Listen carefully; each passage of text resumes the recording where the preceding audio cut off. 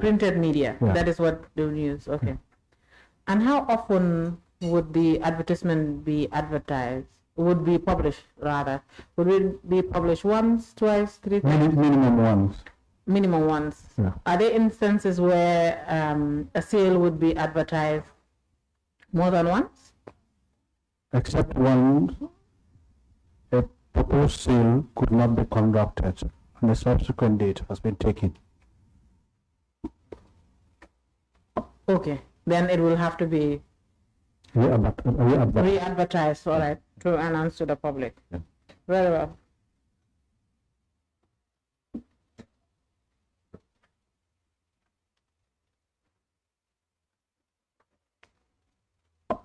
I would like us to, we've taken a look at the order of the court, by the way, the order of the 3rd of January 2018.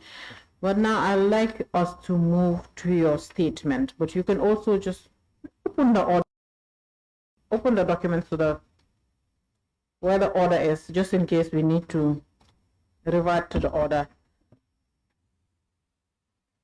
in certain instances from your statement. Yes.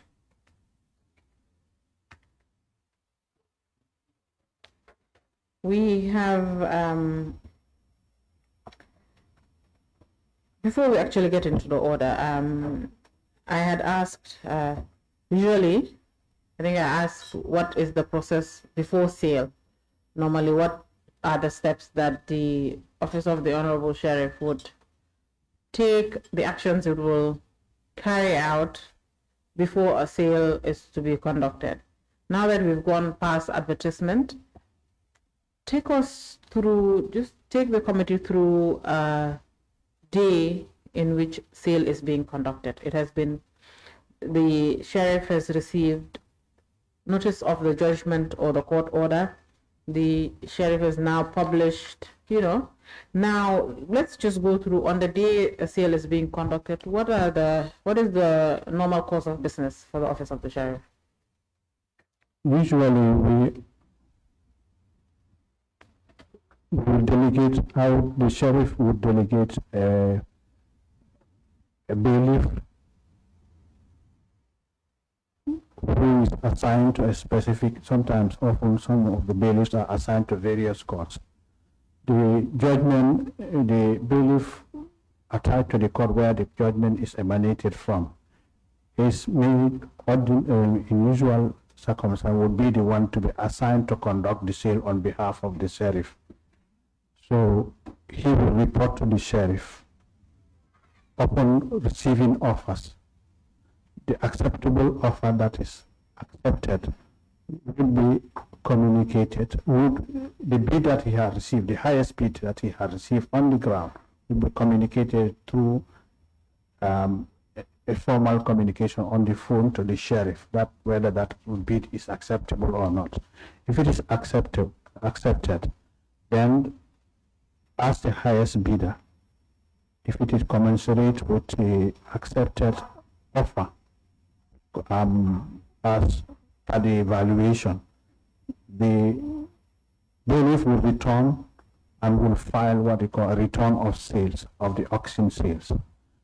That would now be the tool that the sheriff would now use to communicate approve this bid on the return itself, then advise the bidder to go and effect payment to a designated bank account. Okay, so on the sale ground, yeah, the bailiff would be, it's going to be an auction. It's all going to be said. Okay, and the public would bid until there's the highest bid is reached. Yeah. Okay, and then the bailiff at that point would sort of pause the whole process and make a phone call to the sheriff. In some instances, not in all cases, but usually he would communicate to the sheriff. Okay. So if the valuation is known, he would be in a position to know whether that bid is accepted. So you said if the valuation is? Sorry, if the valuation is known to the bailiff at the time, he may know what is the acceptable offer. Not necessarily he will approve of it, but he will report back to the sheriff. Sometimes you may, in certain instances, we will try to communicate to the sheriff. The sheriff may be in a meeting or whatever, could not reach him. So he will return back to the office and report what the highest bid he has received. And that would be he would file a return of the sales. If it is acceptable by the sheriff, approved by the sheriff, now it would be. Some certain instances, if it is not accepted, then the sale is abandoned, aborted, and then a subsequent sale will be advertised again. So when you say the sale, the instances where the sale can be abandoned, yeah, is it that the highest bid is not a good price, or what would cause for a sale to be abandoned? Usually that is in instances where the highest bid on the ground does not commensurate with the valuation, or is not close to the valuation. Okay. Yes. So therefore, all sales to be conducted by the sheriff, there must be a valuation exercise that precedes the sale. Yes. In all instances. Except where the court specifically ordered for a specific price for the amount for the item to be sold for. Okay. Oh. So in an event where the court specifies a price, is the item going to be sold at that price, or is the price that the court states in its order going to be the base price where the bid is going to be started from? For example, let's say the court states this sofa can be sold for the sum of $10,000. Is the sheriff now going to sell that sofa for $10,000, or is the sheriff going to start the auction at $10,000? Sheriff, if it is stated that it's $10,000, the sheriff is bound to sell for that $10,000, but he can equally accept higher than, but he cannot accept lower than that amount. Okay, so now let's go back to the bailiff conducting the sale. Yes. So now the bailiff has gone into the field or to the sales ground and is receiving bids per item. And now let's say an item is the highest bid for an item that was valued for $5,000 is now $10,000. That's the highest bid that the bailiff has received. And also, like you've mentioned that there are instances where the sheriff is busy and the bailiff will not be able to get through, so the bailiff can just continue its work. Mm. What is the next step for the bailiff to take? Or even let's say where the bailiff has contacted the sheriff and agreed that the price is a good one. What are the next steps that the sheriff, or sorry, the bailiff will take after that? After it prepares the return of sale document. Yes. The bailiff would return to the office and report to the sheriff that the highest bid that he has received in a form of a return. The sheriff would now endorse or approve that bid amount, and then would advise the bidder, the successful bidder, to go and pay the agreed purchase price at a designated into a designated bank account of the sheriff, and then he would carry the deposit of that payment back to the sheriff's office for confirmation by the accounts clerk attached to the sheriff. Okay, and when that happens, it is at that point that the buyer would now receive the item that he or she bought. Depending on the nature of the item. Let's say it's a movable property. It's a movable property. Yes. If it is a movable property, yes, and on the spot he can receive it at the moment the sheriff approves of.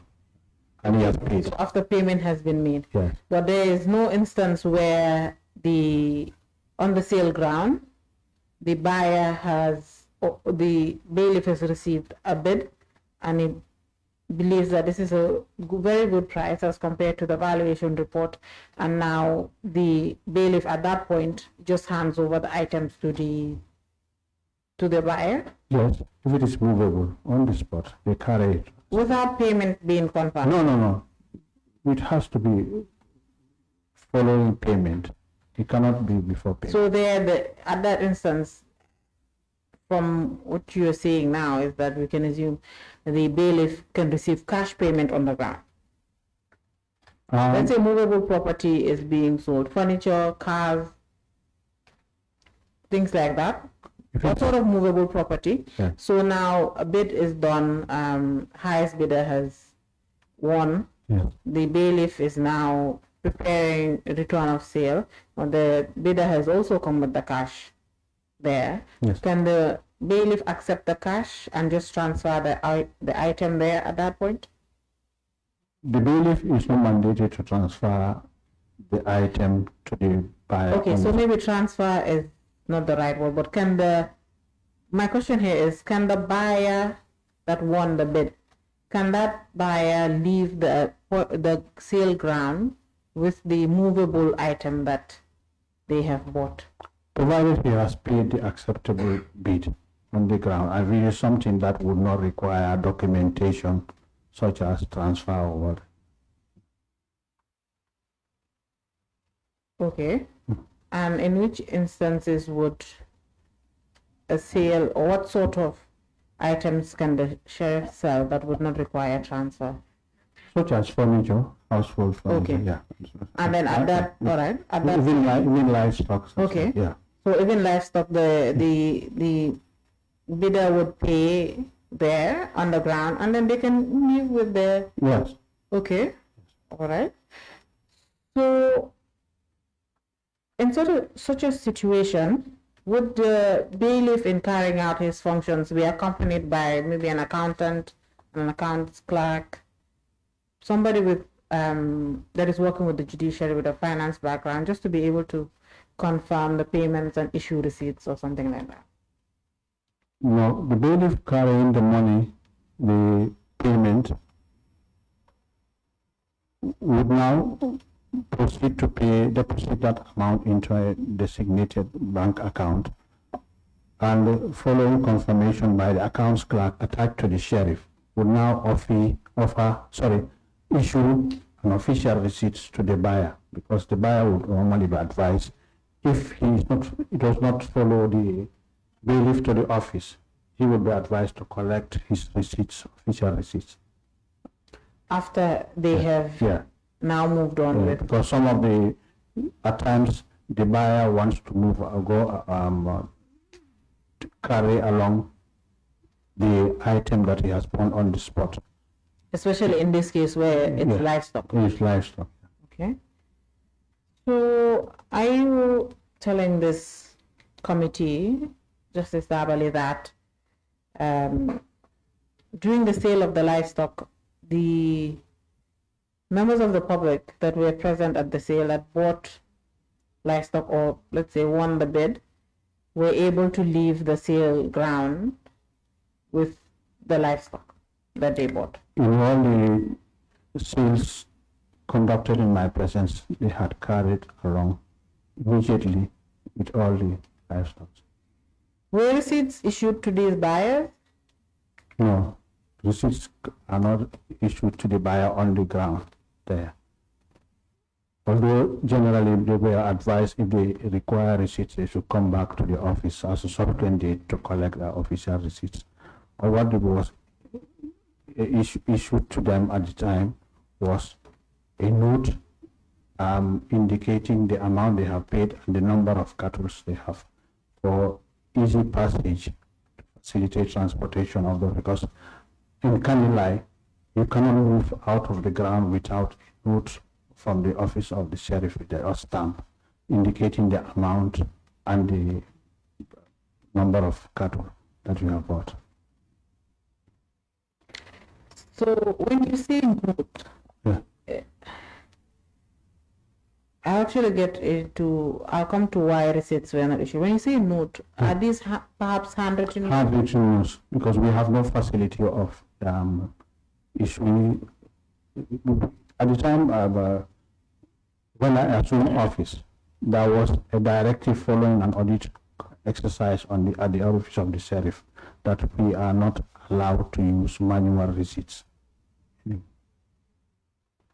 There was a directive that came as a result of an audit? Audit exercise before my assumption of office as sheriff. That said that the office of the sheriff cannot issue receipts or should not issue receipts at No, I mean manual receipts. Manual receipts, as in having a receipt book and writing. You're right here. Can you please inform this committee on who exactly this directive came from?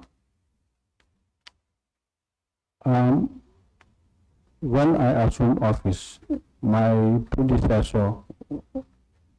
predecessor was the exercise was not carried out in my presence, but my immediate predecessor was then elevated and he was the judicial secretary. He informed me that henceforth all payments should be made at the bank designated account or deposit be made there. Following that, because an account has been opened at the central bank in the name of the sheriff, where you deposit all payments. Because before there exist around 12 accounts that the sheriff was operating on. All of them were closed before I assumed office. So except the sheriff's deposit account at the central bank. If you deposit any payment from the proceeds of sale there, carry that deposit slip to the accounts office. The accountant is now obliged to go and confirm payment, and then will issue you an if-list receipt. Okay, so who was your predecessor? Justice Sane. Justice Sane. Landing Sane. Yeah. Landing Sane. Yes. All right. So he communicated this to you verbally? Yes. That the office of the sheriff should not now issue receipts, manual receipts. Manual receipt, because even that was confirmed by the then accountant was even there, that they are no longer receiving, because then at the time they were even making cash payments directly in bulk amounts. I understand. I was not there at the time. To the sheriff. Yes. Now, please provide more clarity for me.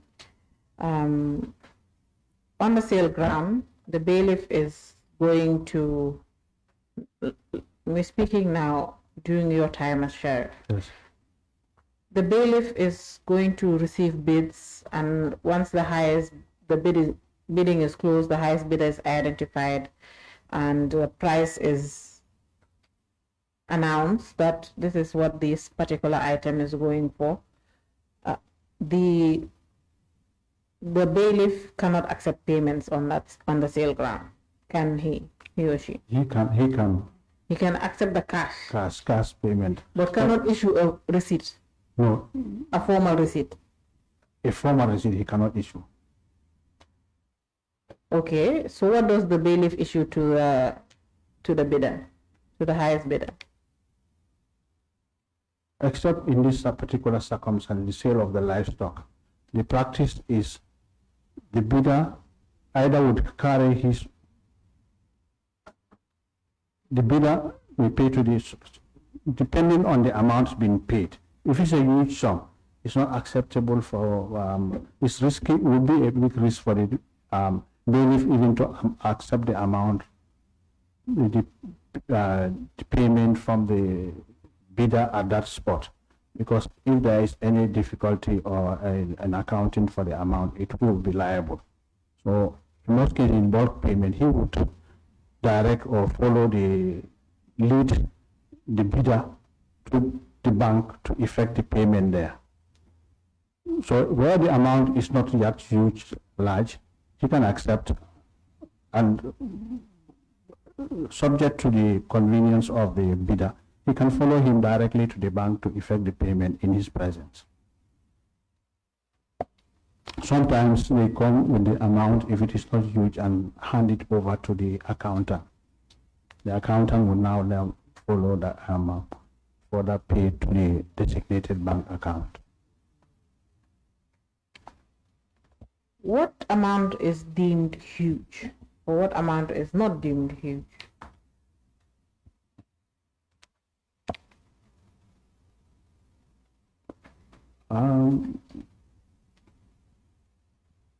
We do not have a particular guideline as to what is I deem to be at the time of my tenure, but any amount in excess of 100,000 from a single bidder, for me that would be huge. It would be risky for the bidder, for the bailiff to accept it at your own risk. Okay. Let's go to the sale of the cattle. Yes. Actually, before we do, you've mentioned that no formal receipts, manual receipts to be issued at the point of sale, but when you conducted sale of this livestock, you issued handwritten notes. I would, at least in my opinion, I think a receipt is actually more convincing or even better than a handwritten note. Wouldn't you say? Yes, in an ideal situation, yes. That would be the most best thing to do. Okay, so why was this method not adopted for the sale of the livestock? I recall the place was very, very chaotic, and we necessitating us to have a full truck of paramilitaries to escort us on a daily basis, and it was in an open space. That's why we had some of these security officers assisting us. The place was chaotic and there was no order. If this was well organized, ordinarily we would have carried along the bailiff, the accountant to the ground. But I thought about that, but there are other transactions or other enforcement at the office, and he has a lot on his table at the time. There is only one accountant attached to the sheriff's office at the time.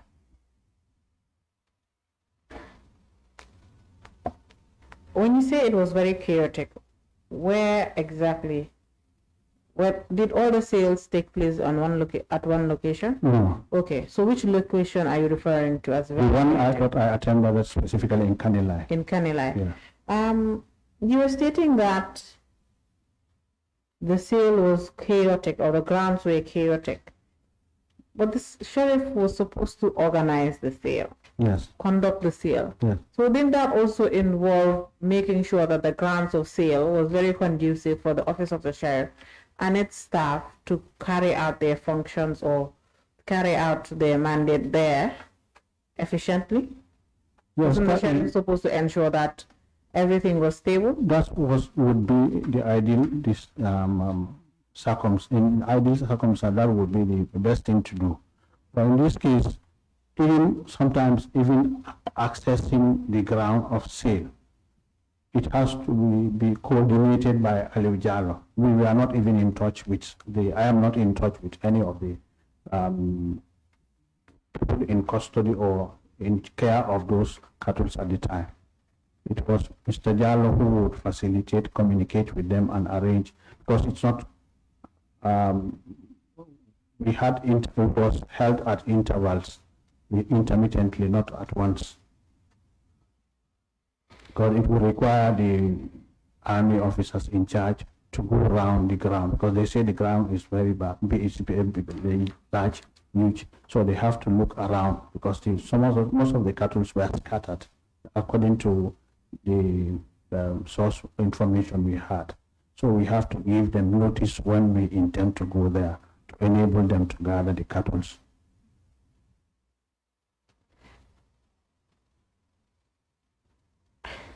I'm now very concerned because when I brought up the issue of advertisement for the sale, Yes. you said you did not want to notify the owner and those that were in custody of the animal to make them aware that the cattle is about to be sold.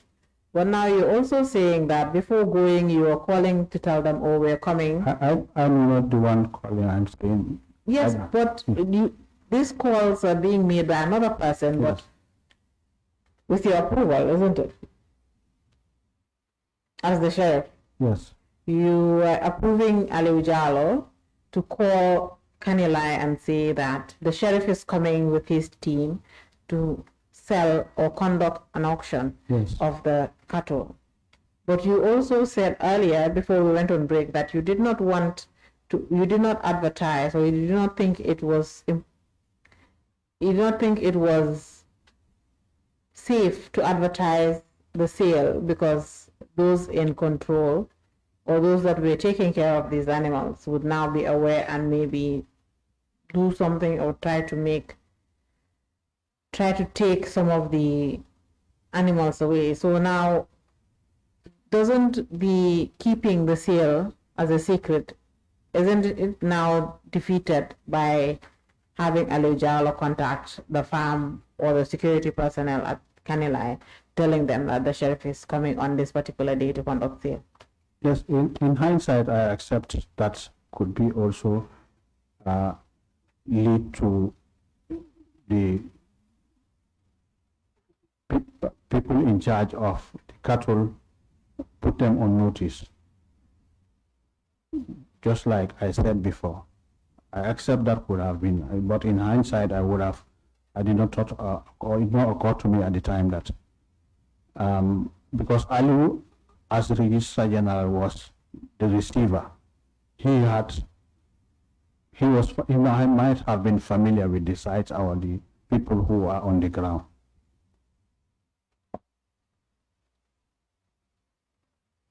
Justice Tabally, yes. Before the sale was conducted, didn't you or your team at least try to visit the locations, the various locations where the cattle or the livestock was being kept, so that when it was time for the sale to be conducted, the office of the sheriff can be independent and sell or dispose of these livestock totally without any interference or without the involvement of any other person or institution that the court order did not mention? Ideally, that would have been the best thing to do, but in these circumstances, even to facilitate the transportation of the sheriff, at whose expense is the state. They are not willing, they have not even our own movement to the site at the time, going back and forth. They are not, it's at the expense of the officers in conducting the sales. So the Attorney General's Chamber did not even pay a dime to facilitate our movement. So going back and forth, at whose expense was it? I remember at the time I had to make a specific request to the JS for allocation of fuel to me and my staff. But at some point he was reluctant. He said he cannot continue because all executions are done at the expense of the applicant or the judgment creditor. Okay, so why was this situation different? We made the specific request, even concerning the expenses that are due to. Who did you make the request to?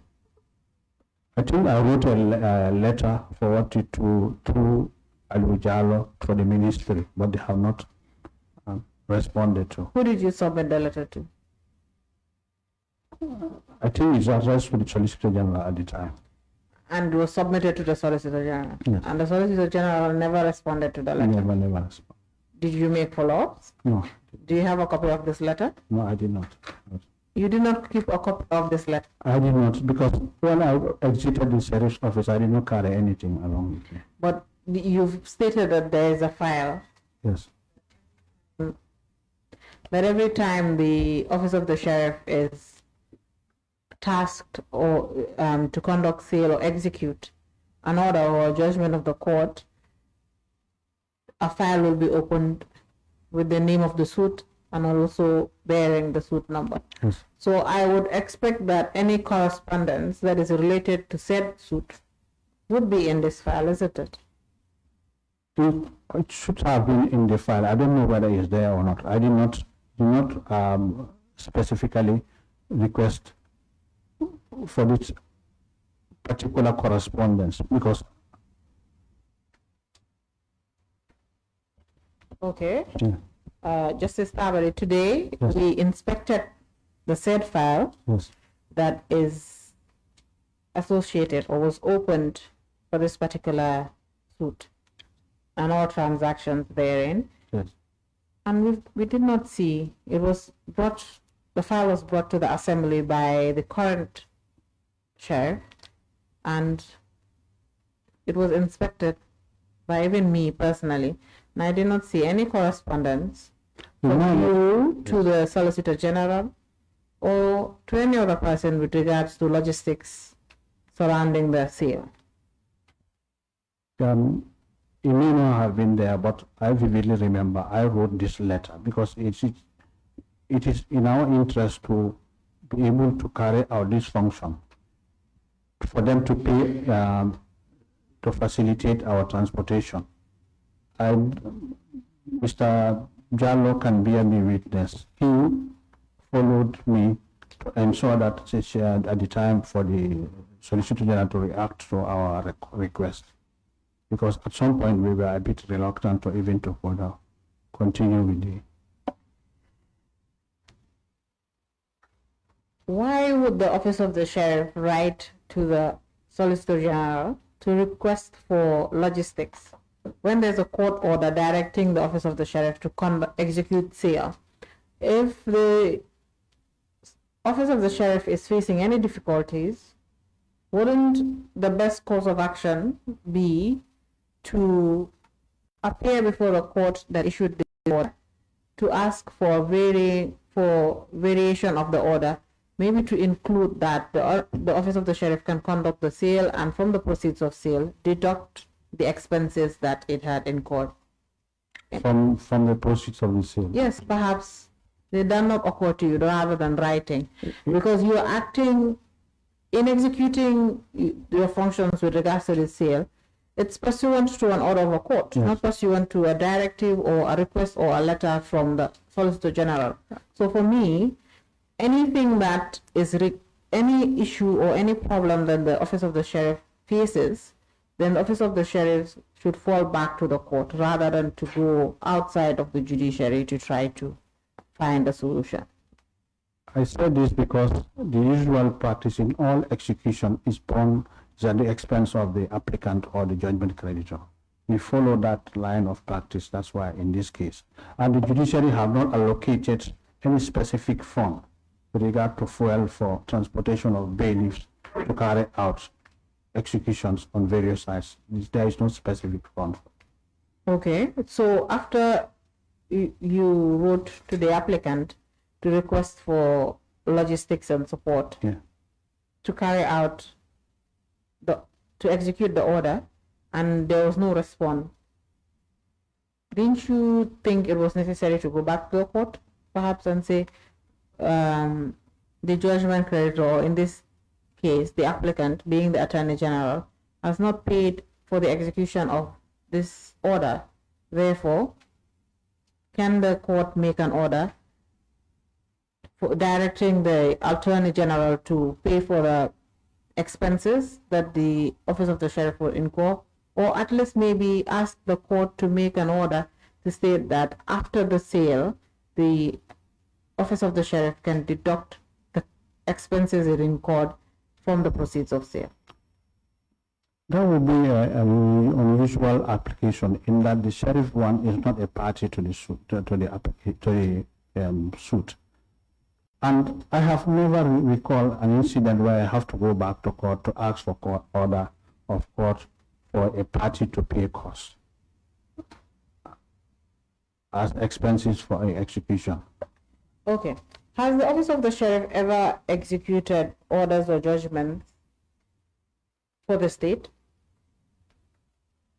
The only instance I recall is the case of Copri. That is, I think, Keystone Bank versus Copri Construction. But even at that, the central bank, they bore the expenses incurred in enforcing that judgment. Okay, so the office of the sheriff has never faced a situation where it is supposed to execute. Sorry, the only other one is in the case of Kanagi Minerals, where the Attorney General's chambers carried the bailiffs to the site in Sanya. So the Attorney General was the one that did the transportation. Yeah. All right, we will come back to this point of going back to the court. Please go to paragraph 5 of your statement.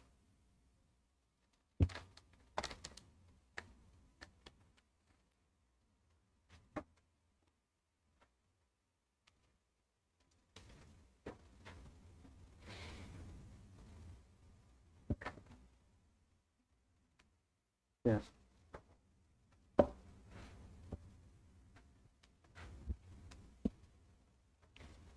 The first sentence of paragraph 5 states, Mr. Ali Jallo, the then acting registrar of companies,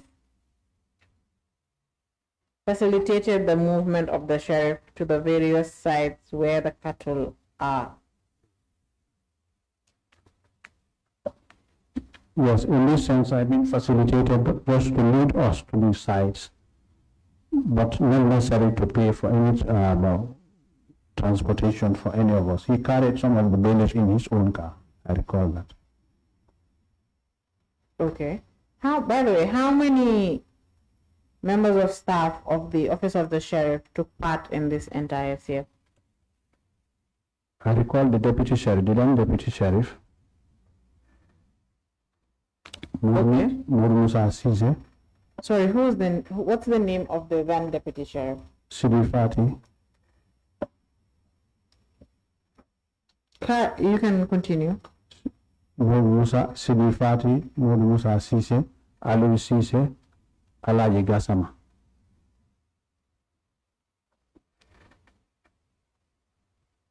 And myself. So five people. Sorry, 6 including you. Yes. Okay. 6 people from the office of the sheriff took part in the sale. And these are the people that needed to be transported. In my statement, is an error here. I repeated Alusise twice. It's the same Alusise. Okay. So the people that were involved in the sales was the deputy sheriff, Sidi Fati, Aliou Cisse, Modou Moussa Cisse, and Alaji Kasama. Yes. And yourself. Yes. Making it 5 people from the office of the sheriff. Yes. These are the 5 people that needed transportation. Yes.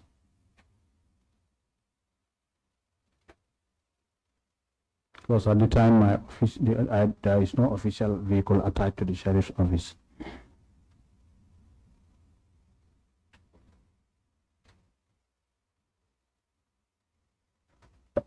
Okay. So after the sales, or before the sales, that is when you were faced with issues of fuel and logistics. Yeah. And before the sales, you wrote to the Solicitor General, rather. It's not even before, during the sales. During the sales. Yeah. How many days did it take the office of the sheriff to sell all the livestock? I can't remember, but the sales that they conducted around this end only took, I think, 2 or 3 days. I joined them on the 4th day in Kanilai. Okay, so 3 days for the livestock around this end. When you say around this end, which? I mean exactly. Bangulinding and Farato. Okay, so it took 3 days. 2 days. 2 days for the sales to be completed in Banjuludding and Parato. Parato, yeah. And on the third day, Yeah. you joined them in Kanilai. And the fourth day. Fourth day. Yeah. So it took 4 days Yes. for the entire sale. No, not the entire sale. Kanilai took about more than, because Kanilai, when we started, we had a break. That is to allow the more cattle to be found and then gathered together, because the cattle were all scattered according to the bailiffs, the army officers in charge of the cattle on site. So we were unable to locate all the cattle that they said they were available. So we have to give them the ground is very big, and the cattle have gone for grazing. Before they could locate all of them, it took time. So we have been there at least 2, 3, or 4 times. Wasn't the office of the sheriff supposed to identify and confirm the number of livestock and just visit the grounds to see how best it was to carry out its activities? Like I said before, the challenges we have is one of issue of, we don't even have this in our custody. We believe we are moving with the receiver who had earlier been to the site and was familiar with the area. He led us to this area. So we have challenges to be going around to take stock of this thing, and then further in an ideal auction situation, that would have been the idea. But these are livestock. Like I said, I have never conducted a sale concerning livestock in my entire tenure at the sheriff.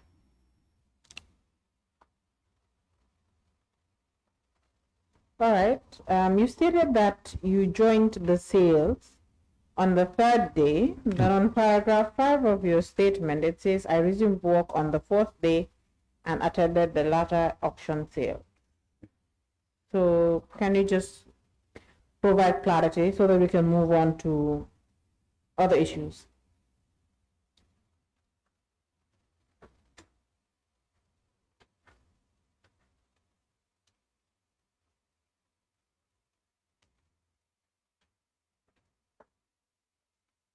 What I meant by that is, like I was bereaved, I did not attend the initial sales at the time. So I joined them on the 4th day. What I meant is not resume work, not necessarily I joined them on the 4th day at the latter sale. That's the latter sales in Kanilai. Okay, so you said earlier that the sales in Farato and the sales in Banjuludding, it took just 2 days. Yeah. And on the 3rd day was the beginning of sales in Kanilai. I did not attend the first day sales in Kanilai. Okay. Yeah. All right. So it took 2 days to complete sales in Banjuludding and Farato. Yeah. And then on the 3rd day, sales commenced in Kanilai. But for you were present for the 2nd day. Yes. Is that it? Yes. All right. Thank you. Before we move any further, you mentioned that Ali Jallo was the receiver as Registrar General. Kindly take a look at the order of the High Court issued on the 22nd day of May, 2017. Honorable Chair, it is marked as it's MOJ 5A is of reference. Yes, but in the witnesses' submissions, it is marked T as SBT 3. SBT 3 or MOJ 5A? Yes. I've seen it. Okay, let's just give the committee a little time to get their copy.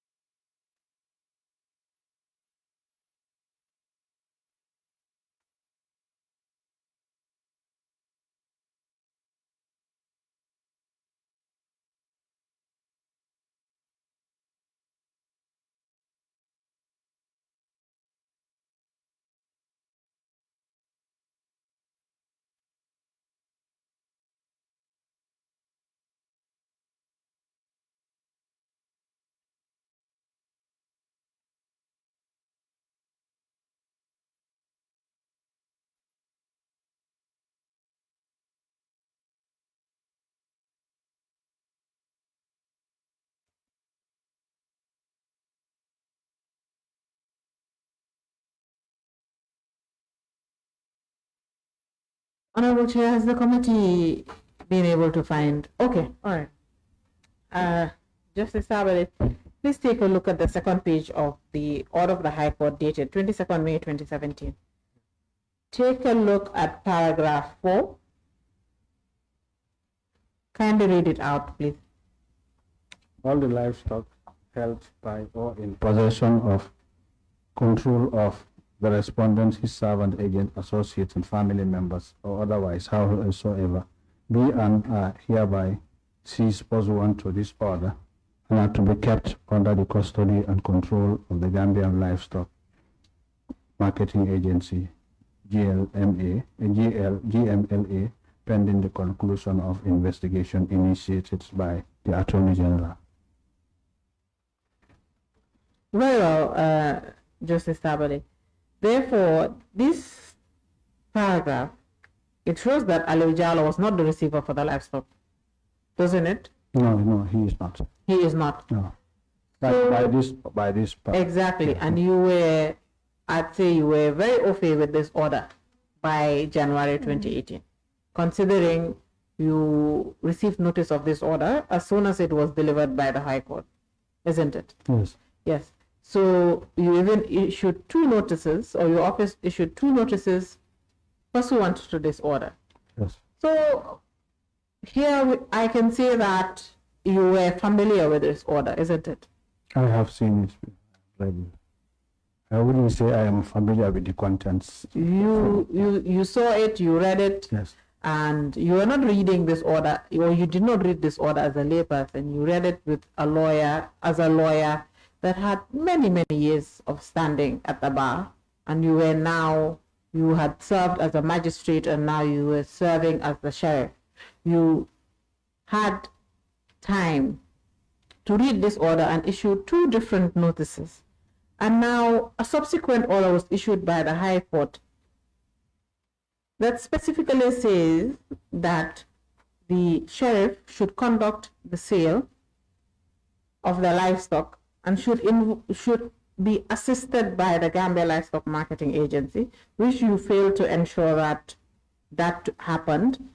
But to also just assume that Ali Jallow was the receiver and have him so heavily involved in the entire transaction is very worrying for me.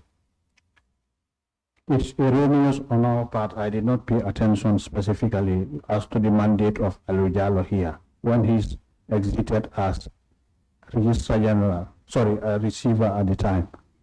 I did not pay attention. Why did you not pay attention to that? Was it not important for you? It was. Considering the order of 3rd January 2018, who actually also mentions the order of the 22nd of May 2017. So weren't you also supposed to go back, revisit the order of the 22nd of May 2017? In hindsight, I would have done that, but I don't know. It did not occur to me that at the time Ali Jallow was no longer the receiver at the time. Considering Ali Jallow was never the receiver, how did he come into the picture? How did he come in to be involved in all of the transactions that took place after the High Court delivered its order on the 3rd of January 2018? It's a responsibility on all of us, and Mr. Jallow as well, to ensure, because it concerns him that he's no longer the receiver. Like I said, it was an error on my part. I did not pay specific attention to when his mandate as receiver has elapsed or ended by virtue of this order. His role as receiver did not end. Yeah. He was not the receiver. Okay. For the livestock. For the livestock. He never was the receiver for the livestock. You can take a look at paragraph 4 of that order again. Yes, okay. I agree. Yes, he's not. So I'm in agreement with you that it was a big error on your part. Yes. My issue here is that you're saying it was a responsibility on all our part, but there's nowhere in where the court mentions in its order of January 3rd January 2018, where it says that this office of the Attorney General or the Attorney General's chambers or any of its officials are supposed to take part in it.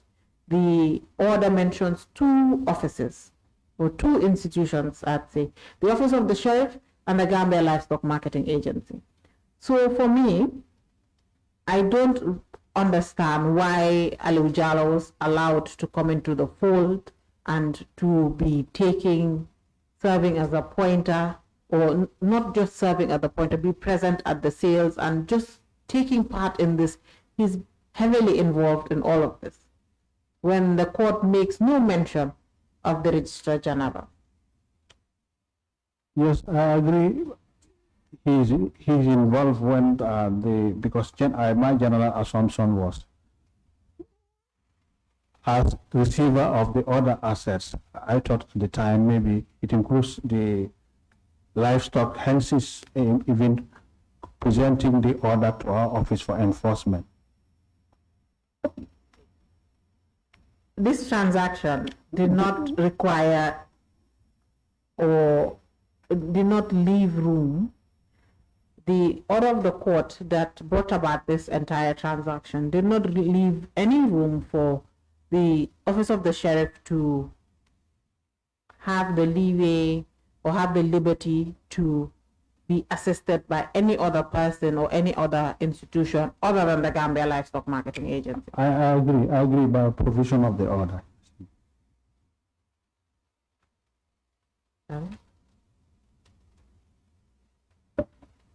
So how did Aliu Jallow come to join the Office of the Sheriff in this transaction? On whose instructions was he acting on? Who initiated contact? Were you the one that contacted Aliu Jallow, or was he the one that contacted you? He was the one who contacted me. I was, like I said, I was off work at the time. He came with the order to the office and presented to the office. He called me and I said, I am not at work, but go there, they will do the needful. So I would, up till the time the sale commenced, I did not see this particular order, this second order that seemed to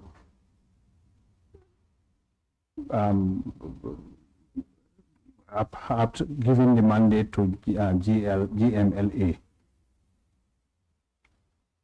All right. So you were out of office, but at the time there was a deputy sheriff. There was a deputy sheriff. Yeah. Where was the deputy sheriff? And what role did he play? Because you said he was present at the sale ground. Yes, he was. Wasn't the deputy sheriff in office at the time? He was in office.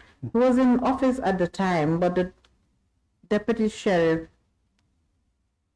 I believe, would ordinarily take over and lead the office of the sheriff in your absence, isn't it? Yes. Okay. So we can say that the deputy sheriff was around when you were absent. Yes. Okay. So deputy sheriff was at least supposed to read the order, isn't it? Yes. All right. So you can say the deputy sheriff knew the contents of the order. Yes. So the deputy sheriff was present when Aliu Jallow came in and brought the order. And then you were contacted. By the way, when you say you were contacted when you were out of office, who called you? Were you called by the deputy sheriff? Were you called by the bailiffs in the office? The process servers? I spoke to, I cannot remember which specific individual or officer called me, but I spoke to equally Aliu Jallow, who initiated the call. Aliu Jallow called you on the phone? On the phone. What did Aliu Jallow say to you when he called? He said he had an order which requires an immediate action. So it's for sale of livestock. But I said I am not in the office, but go to the office. The office at my staffs are there. They would assist you in do they do the needful to carry out the implement the order. Okay. And when Aliu Jallow contacted you and you asked him to go, you told him go to the office. He was already in the office. Oh, he was already in the office when he was calling you. Yeah, yeah. Very well. Did Ali Jallo inform you on what basis he went to the office of the sheriff with this order? No, he did not inform me. I thought at the time he was acting in his capacity as receiver, generally, which may have included this livestock at the time. But you did not, in your conversation with him, you did not try to confirm, or you did not confirm whether he was acting in his capacity as receiver or when he was acting. I did not. You did not. I did not. You did not also try to find out whether he was at the office of the sheriff on anyone else's instruction. I did not verify any of them. Were you not concerned? Were you not concerned about? At the time, but subsequently, after all these issues came out, and then I was concerned. But then that was after the event. I did not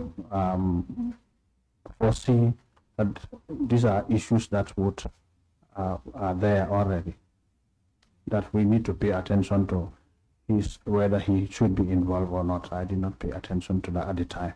But after subsequently, it became a concern, and I discussed with some of my staff. So when you say after issues that came about, what issues are you referring to, and when did these issues arise? I mean, the issues whether Ali Jallo should have been a party or should be the one to be involved in the sale, because pursuant to the order, when I noticed that the livestock should have assisted. Like I said, it was an error on my part. Did you realize this prior to this committee writing to you, or did you realize this maybe a few months after the transaction, or a year, 2 years? When did you realize this issue? It's not after the committee wrote to me. Subsequently, before I exited this office of the sheriff, one day I was reviewing all these issues, the file, then I came across certain things that in hindsight I should have paid attention to. We would have not have done.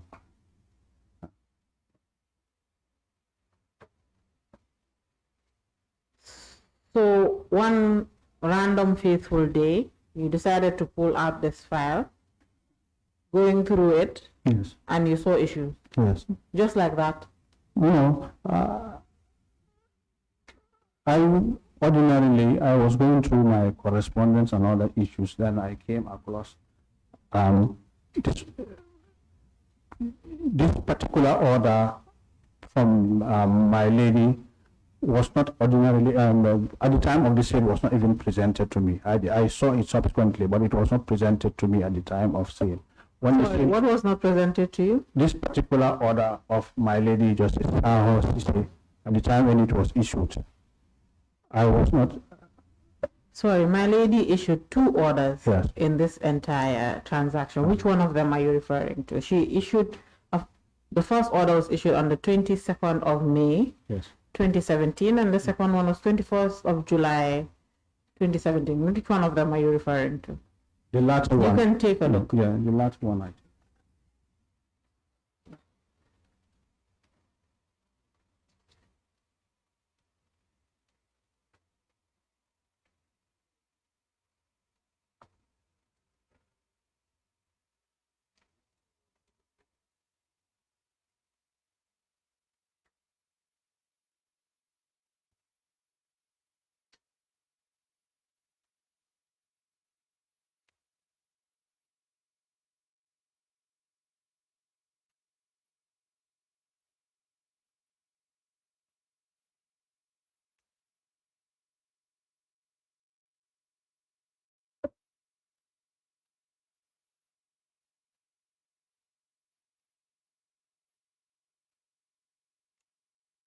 In fact, I saw both of them, but at the same time, but my attention, my focus was on the one that concerns the sheriff's office.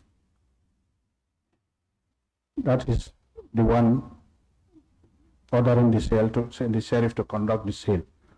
But specifically whether this one particular one, this clause dealing with the livestock taking control, at the time I did not pay my attention to that particular provision of the order. You didn't pay attention to the order at the particular time. When you say particular time, which time are you At the referring? time of the sales. You did not pay attention to it. Yeah. But you were aware and you've seen this order prior to that. Yes, I admitted that before. I admitted that. Okay, so why is it that you did not pay attention to that? No, I mean the particular provision of the that's I did 4 of the Paragraph 4? 4 of the order. Okay. Yeah. So you not only did you not read the order of the High Court issued on the 3rd day of January 2018, you also failed to take a look at the order of the High Court issued by Justice A.S. Saho. Yes. Sorry, A. Saho Cisse on the 22nd of May 2017. Yes. They were. Is this normal practice for the Office of the Sheriff to execute orders without taking a look at them? No, the one that we are executing here, executing here is the one of the 3rd of January 2018. Which makes reference to the order of 22nd May 2017 in its 2nd paragraph. You can take a look.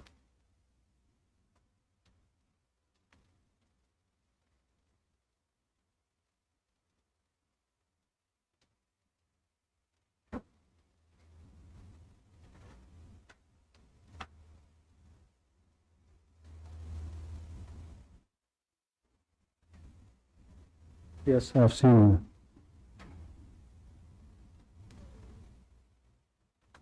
You've seen it? Yes, meeting. Okay. 2nd paragraph refers to that. And then in the orders as well, on the 2nd page of the entire ruling, 2nd paragraph again mentions the order issued by the High Court on 22nd May, meaning twice. This order was referred to twice by the late Justice B. Jawa of blessed memory. He referred to it twice, so therefore the Office of the Sheriff cannot in any way, shape, or form lose sight of the contents of the order of 22nd May 2017. Yes. We should have paid attention. I should have paid attention to this particular provision of the order. Did you perhaps, in the time you were delegating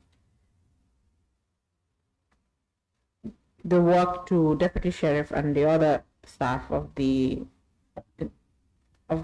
Office of the Sheriff, did you perhaps ask them to take a look at the order, read the order of the High Court, considering the order was brought to the office by Mr. Jallo?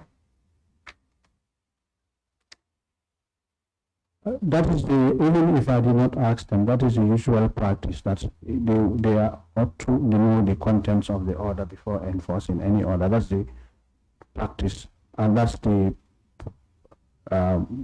way to do it. About it. That is the way to do it, or the way to go about it. But unfortunately, Yeah. from all indications, it seems the Office of the Sheriff did not do any of the things it was supposed to do. Justice Tabally, from the look of things, it looks like the Office of the Sheriff was either reluctant to carry out the order of the High Court, to execute the order of the High Court, or the Office of the Sheriff was just being, can I say, negligent in executing the order of the High Court, because there's a lot of oversight. We could have been. There's a lot of the office of the sheriff is allowed for a lot of interference. There's a lot of issues, and we've not even talked about the sale proper. And just in preparation of the sale, there are so many issues, that so many problems. We should have been more diligent in the way we carried or execution of this order.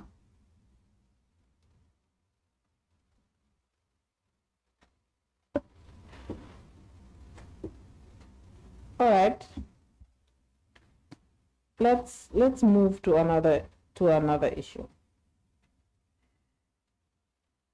You've stated here that each time the office of the sheriff is to conduct sale, there is a valuation report that the sheriff would have, and sometimes even the bailiff would have.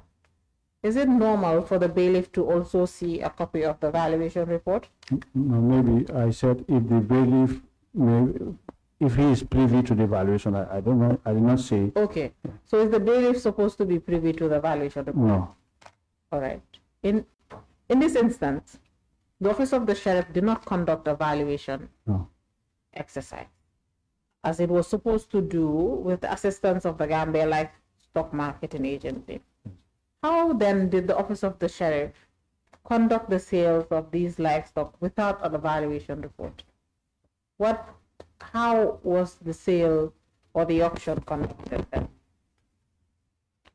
Like I said in my statement,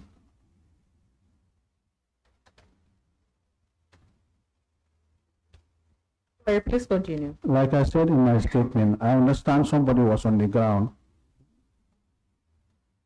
trying to assist to. Sorry, you said who was on the ground? Somebody was on the ground and I don't know whether at the invitation of MOJ. At first, my first impression was he was there at the instance of this Gambia Livestock Marketing Board, even though we did not contact them. But when he was on the ground, I knew about it. I found him there. So he was even assisting, assigning values to cows, cattle. Why would you assume that this person is from the Gambia Livestock Marketing Agency, considering that the office of the sheriff did not ensure the Gambia Livestock Marketing Agency received a copy of the order or contacted the agency at any point with regard to this transaction? Why would you assume that he was from the agency? I said I assume, but after my own findings subsequently, recently, I came to realize that he was not even from the Gambia Livestock Marketing. All right. So when you say you found out recently, how recent is this? It must have been about a month ago or so, 2 months ago. So, as sheriff, you were supposed to conduct a sale, but the order that the High Court issued, through which you were supposed to conduct a sale, stated that you were supposed to first carry out a valuation exercise with the support of the Gambia Livestock Marketing Agency, and you failed to do this. You still proceeded to sell the livestock against the order of the court. Now you go on the ground and you find a random person placing value on the livestock before it is being sold, and you did not put a stop to this or even try to put a stop to it?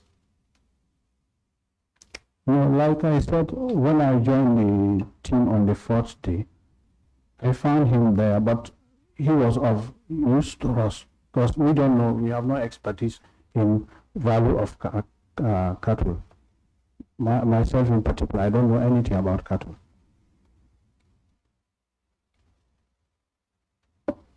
So you believed he was useful, but how did you measure that usefulness? Because at the time, if an offer is made, whether it is commensurate with a value in his estimation, he would inform us that this is an offer to be accepted on. I'm sorry, can you please repeat that? I said at the time, if a bid is made, he would advise us to accept because it's a reasonable offer, considering the subject of sale at the time of bid or the bid that he had bidded for. Okay. So the current sheriff, Yes. testified this morning. He took this committee through the process of sale. Yes. He had informed this committee that where a sale is supposed to take place, there is always a valuation report, which the bailiff is not privy to. The bailiff will not see the valuation report before the sale. However, when the sales are when the bidding is taking place, there's a start bid, right? Yes. So on this day that you were present in Kanilai at the livestock sale, what was generally the starting bid for the livestock? No, like the bids were received. Some of the majority of the cattle there, they were calves, so you cannot sell that in the absence of either the bigger ones. So you have to mix them up. Sometimes some of them are mixed together. So we do not. I cannot recall putting a starting bid or a highest bid. But the bidders there make an offer for a bid. If it is acceptable, then we ask them to proceed to effect payment. You mean if it was acceptable to that individual that was present on the ground? No, by the sheriff's office.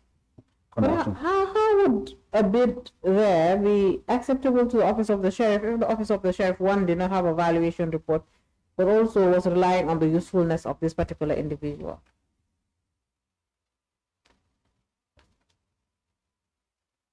Can you come again? I'm saying, yes. You're saying that the bid was being made, but no basis. And he said if a price that is acceptable by the sheriff. I'm saying now, you've stated that the office of the sheriff did not have the expertise to value or conduct a valuation exercise for livestock. The office of the sheriff did not have a valuation report to rely on. How then was the office of the sheriff able to determine what was a good price for the livestock? We rely on the advice of the person on the ground as well as Mr. Jallo. Both of them. Mr. Jallo, as in Mr. Aliu Jallo, the Registrar General at the time. Yeah. This person you keep referring to, person on the ground, what is his name? Mr. Kora. I don't know his first name, but I know Mr. Kora. Is it perhaps Mr. Amadou Kora? Would that name ring a bell? Yes. Mr. Amadou Kora. Amadou Kora. That's it. Thank you very much.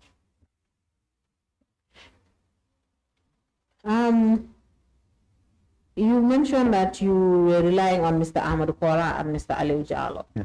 Did Mr. Aliu Jallo have any expertise or the capacity to be able to value livestock? I'm not sure about that. You're not sure, but you relied on him. Yeah, we rely on him. Yeah. Okay. Did you ever try to find out whether Mr. Amadou Kora had any expertise or the capacity to value livestock? Like I said before, at first I thought he was there at the instance of the Gambia Livestock or on the invitation of Ministry of Justice. And you did not confirm? No, I did not confirm that, definitely.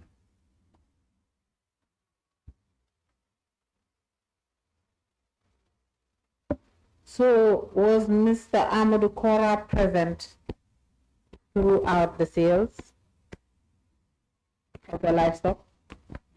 I'm not quite sure on the instances where I was not present, but on the few occasions that I was present in Kanila, I have visibly seen him there. Okay, and he was there actively involved in the sale? Yes. You stated... assisting to place value on... Okay, yeah. On the livestock. You stated that it is about a month ago that you realized or you learned that Mr. Amadou Kora was in fact not at the sale, at the sales ground from the invitation of the Ministry of Justice or even there on behalf of the Gambia Livestock Marketing Agency? Yes. How did you learn about this? I had a meeting at the invitation of the Honorable Attorney General and the Minister of Justice. We had a meeting there. Prior to When that, was this meeting? I can't recall the date, but it's About a month ago. no, it could have been more than a month ago, because following this protest and the publication of those reports, then he called my attention to clarify certain things. I went to his office with his team. Before that, prior to that, I called in some of the bailiffs to gather some information from them. It was there that Modu Musa came on side. He said, he mentioned Mr. Amadou Kora, who came on the invitation of MOJ. Okay. So when you were attending this meeting with Attorney General, did you attend this meeting alone or did somebody else accompany you? I was called by the Judicial Secretary. Okay. Whilst I in the office in Brikama. So I came. The current Judicial Secretary. The current Judicial Secretary. So when I came, he told me it is the Attorney General who requests my presence. So I volunteered, I went to his office. The current Attorney General. The current Attorney General. He called my attention. He said I wanted clarification on certain things which I wanted to confirm, verify, and I called on some of the bailiffs who were with me to assist me. That is even when some of these documents were retrieved and given, presented to him. So there, I remember in that meeting, it was Modu Musa who said that Amadou Kora was there to assist us, and he was there at the instance of the Ministry of Justice. Not livestock marketing. Okay. This meeting, do you remember whether it was before you received a summons from this committee? It was before I received the summons. Okay. So you had... It was well before even the establishment of this committee. Okay. Thank you for that. Who else was present in this meeting you had with the Attorney General?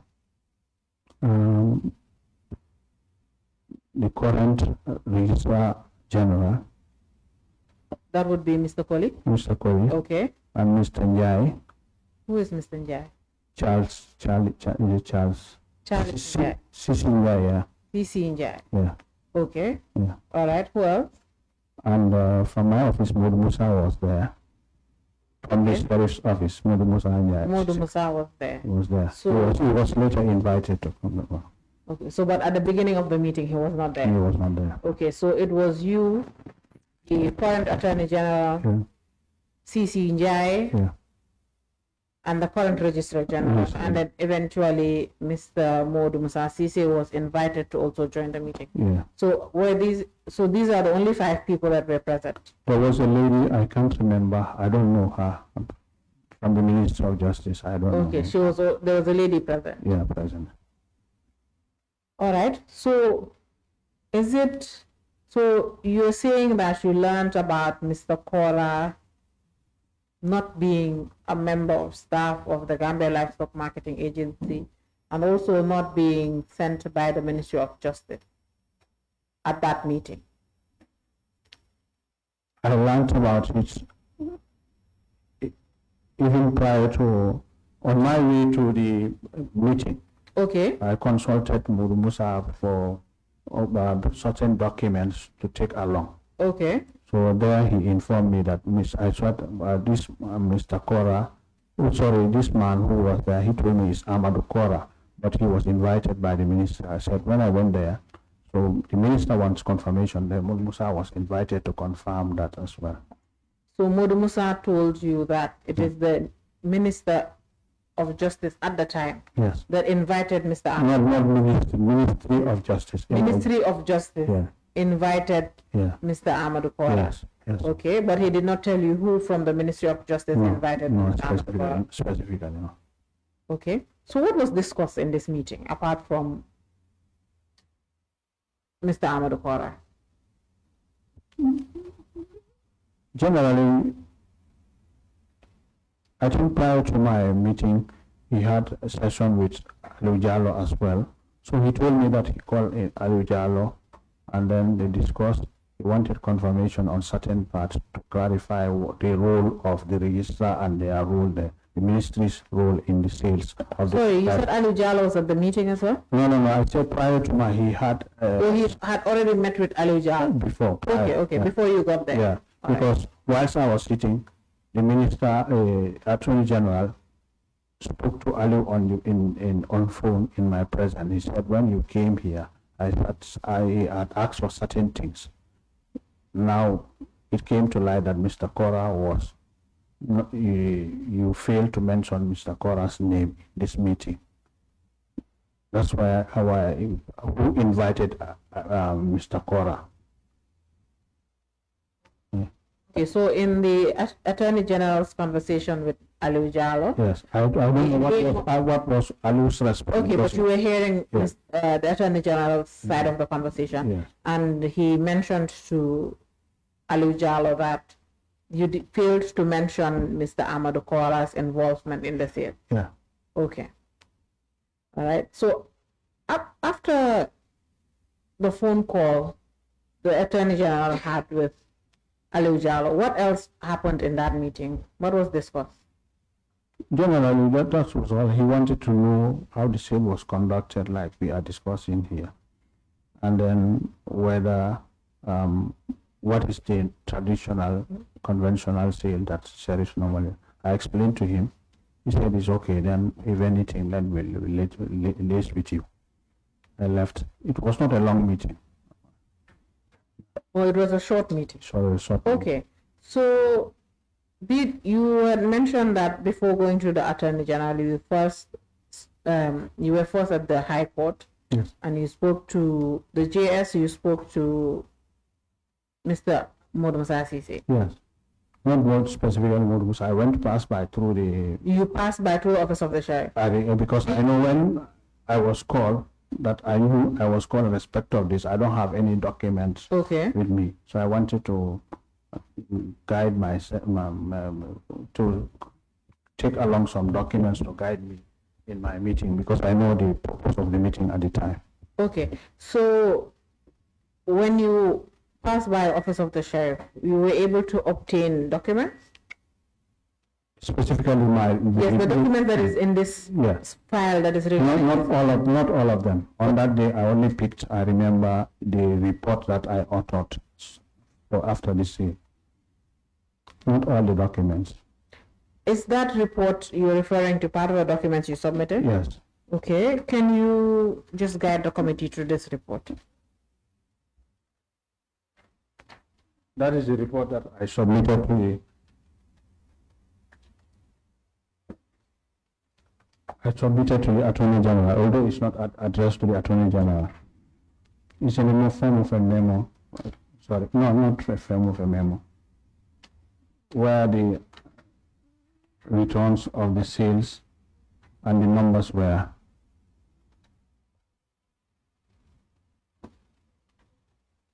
It's marked by SPT 5. Okay. Dated 26 March 2018. This is the one that you copied and took to the Attorney General. Yes. Did you leave this copy with the Attorney General? Or did you just take it with you and then after the meeting you carried it away? I remember I left him with some document. I may be including this. Okay, you gave the Attorney General some document. Yeah. But these were all copies from the file. Yes. You did not give him any original in that file. No. Okay. Thank you.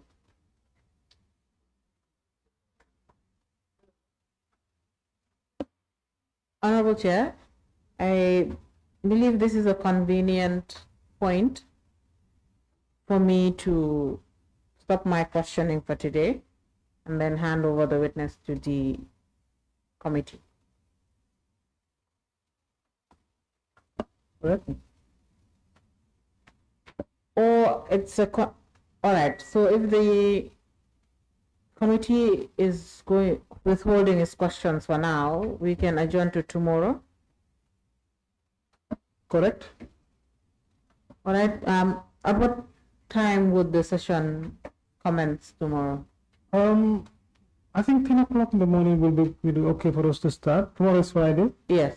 So All that right. we can finish on time. Okay. Tomorrow 10 o'clock. Yes.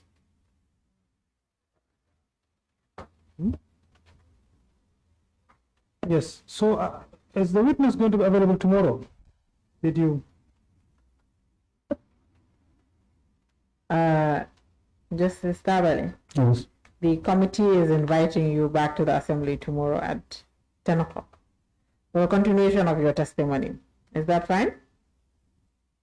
I will have to reschedule my, but I will come. All right. Thank you. Tomorrow 10 o'clock. We will start at 10 o'clock. Mm. All right. Thank you very much. All right. Thank you, Mr. Tabally. You are released. Thank you. Meeting adjourned till tomorrow 10 o'clock.